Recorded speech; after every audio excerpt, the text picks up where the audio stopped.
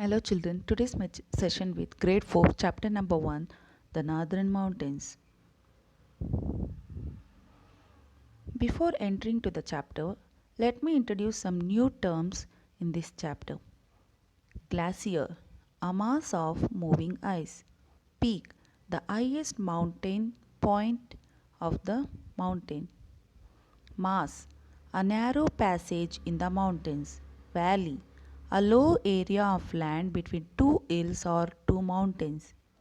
Terrace fields, narrow steps like cut into the hill slopes for growing crops. Our northern part of our country covered with snow-capped mountains and the deep valleys.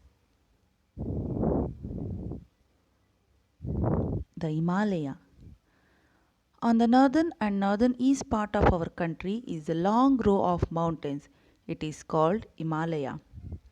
Such a long row of mountains is called a mountain range. The Himalaya is the highest mountain range in the world. The word Himalaya means adobe of snow.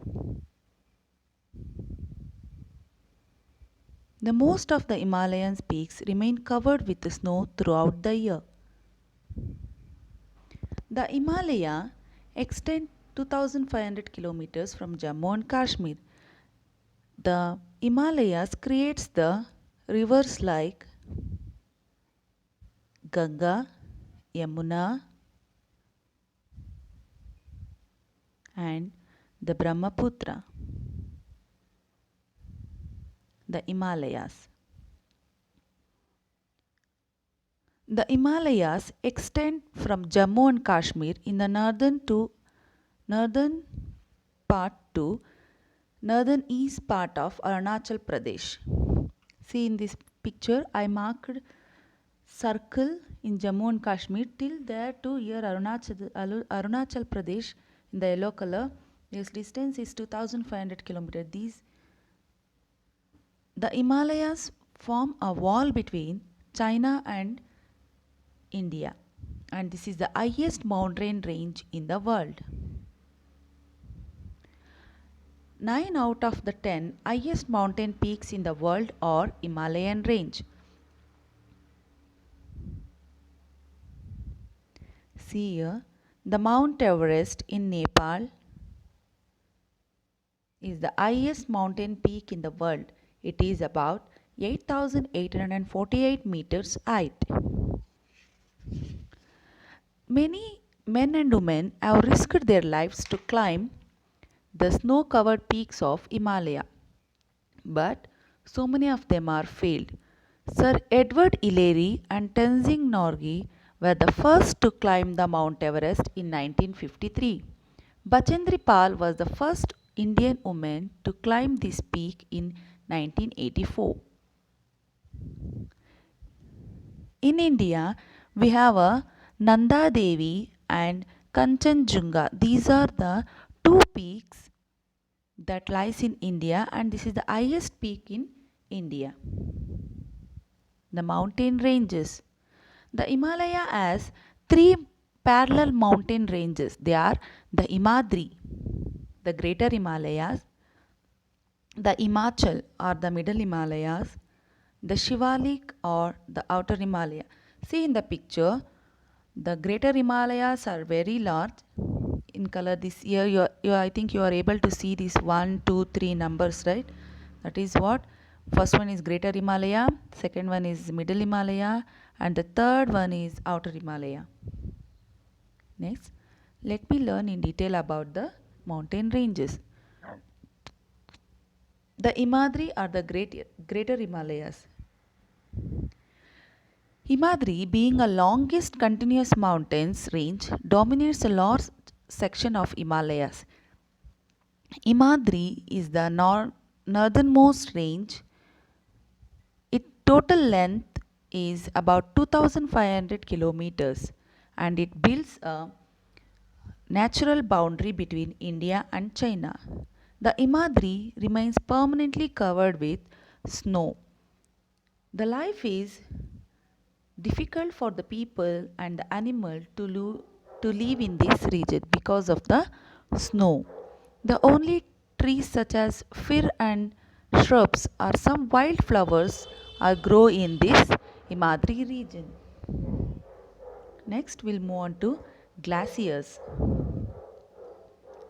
In some places of in some places huge masses of ice is called glaciers. They move down to the mountain slopes.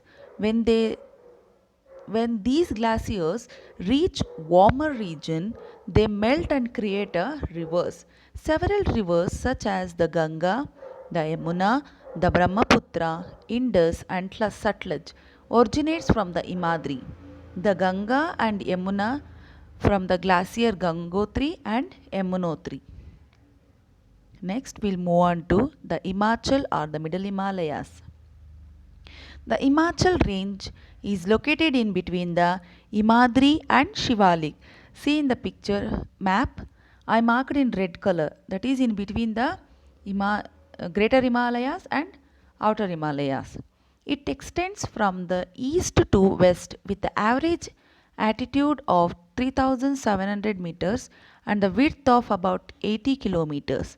The mountains are not as high as Himadri range, only some peaks and snow bounds throughout the year. The Himachal range, the Himachal or the Middle Himalayas have a beautiful valleys and Kashmir. Let me see here the valleys and the hill stations in Himachal. Kulu Valley,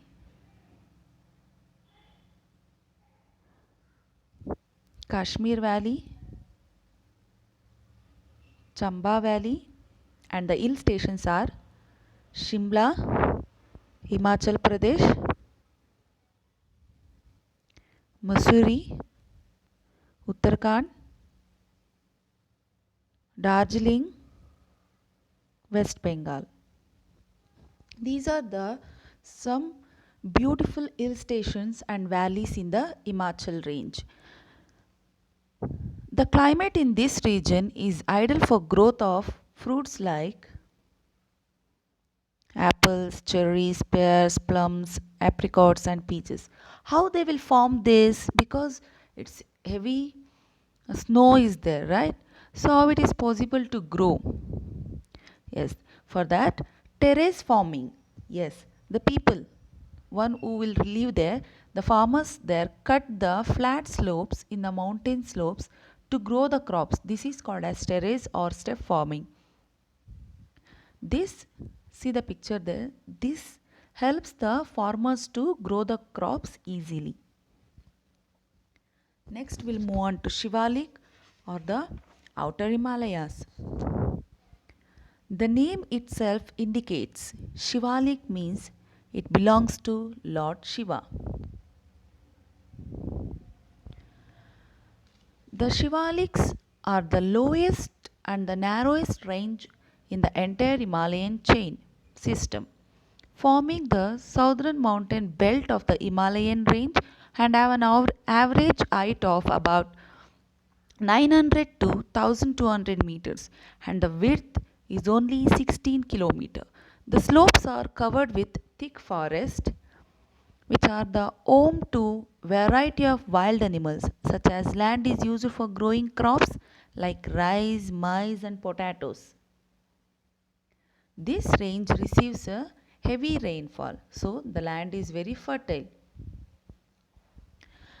The the area at the foothills of the Shivalik range is called the Terai region. Most of the land used for farming. See the next image, images of Shivalik range. The view of Shivalik range, Shivalik hills and Kedarnath is in Shivalik range. The deforestation in the Shivalik range is the Terra area or the wood and farmland has destroyed many of the forests. The people who wants to live there, what they will do? They will cut the trees and they will start building their own lives. So that is the deforestation. So to stop that, the government of India made several protected forest areas such as Kaziranga National Park and Kabelt National Park. To stop the deforestation and protect animals, planting of trees is also being taken place. And next we'll move on to mountain passes. Pass means way. It is very difficult to travel from one region to another region in high mountains ranges such as Imadri in the Himalayas. However, there are narrow paths called passes which make it possible to travel from one place to another place. Many of them are natural. Such trade routes for the people are the Karakoram Pass in Kashmir and Shipkila and Nathula in Sikkim and the Bondila in Arunachal Pradesh. These are the some important passes in the Himalaya. What is the importance of Himalayas? The Himalaya is very important for our country. It helps us in many ways. High mountain ranges and peaks acts as a barrier to the enemies and play an important role in the defense of our country.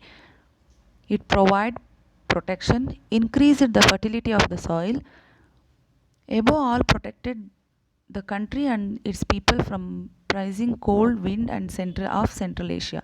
The Himalayas acts as a mighty division. The moisture-laden south and west monsoon is obstructed by this high mountain wall, and as a result, there is a abundant rainfall in different parts of the country. This rainfall helps in agriculture. Let's work out now. Give the meaning for peak, glacier, terrace farming, pass. Next, answer these questions. Name the three parallel ranges that makes up the Himalaya. Which mountain range built a natural boundary for China and India? Make a list of 5 important hill stations in India and locate them in a map of India. Thank you.